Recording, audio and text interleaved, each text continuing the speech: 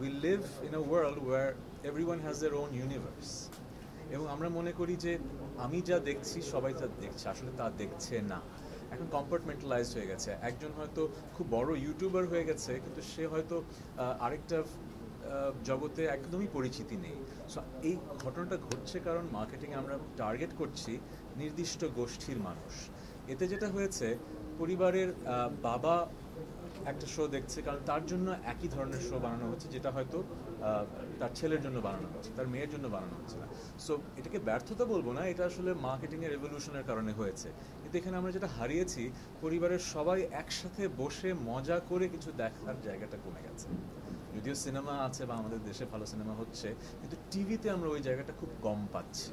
So এই জন্যই যারা উদ্যোক্তা আছেন এবং যারা পৃষ্ঠপোষক আছেন, চ্যানেলস আছেন, তাদেরকে এগিয়ে আসতে হবে যে এমন শো বাংলাদেশে আরও তৈরি করতে হবে যেখানে আসলে পরিবারকে নিয়ে দেখা যায়, পরিবারকে নিয়ে অংশগ্রহণ করা যায়। এই জন্যই আসলে আমি খুবই এক্সাইটেড যে এই শোটার ব্যাপারে, কারণ আমিও এমন শো চাই যে শোটা আমি আমার মেয়ের সাথে দেখতে চাই। কারণ রিসেন্টলি হয়তো আমার মেয়ে আমাকে বললো যে স্ট্রেঞ্জার থিংসটা খুব ভালো বাবা, দেখো।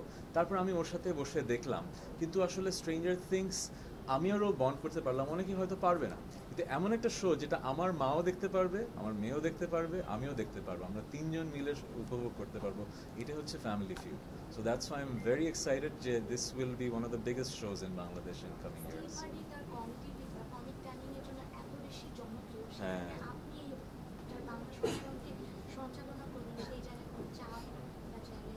যেটা হয় একটা শো যখন সারা পৃথিবীতে এত বেশি সমাদৃত হয়, একটা তো চ্যালেঞ্জ থাকেই। কিন্তু আমি যদি স্টিভ হার্ভির মতো হতে চাই তাহলে কিন্তু কাজ হবে না, আমাকে আমার মতোই থাকতে হবে। আমি আমার মতো করে শোটা এনজয় করব, আর আমি জানি আমি যদি আমার কন্টেস্ট্যান্টদের সাথে শোটা এনজয় করি, মানুষ দেখতে এনজয় করবে, এতটুকু বিশ্বাস আমার আছে।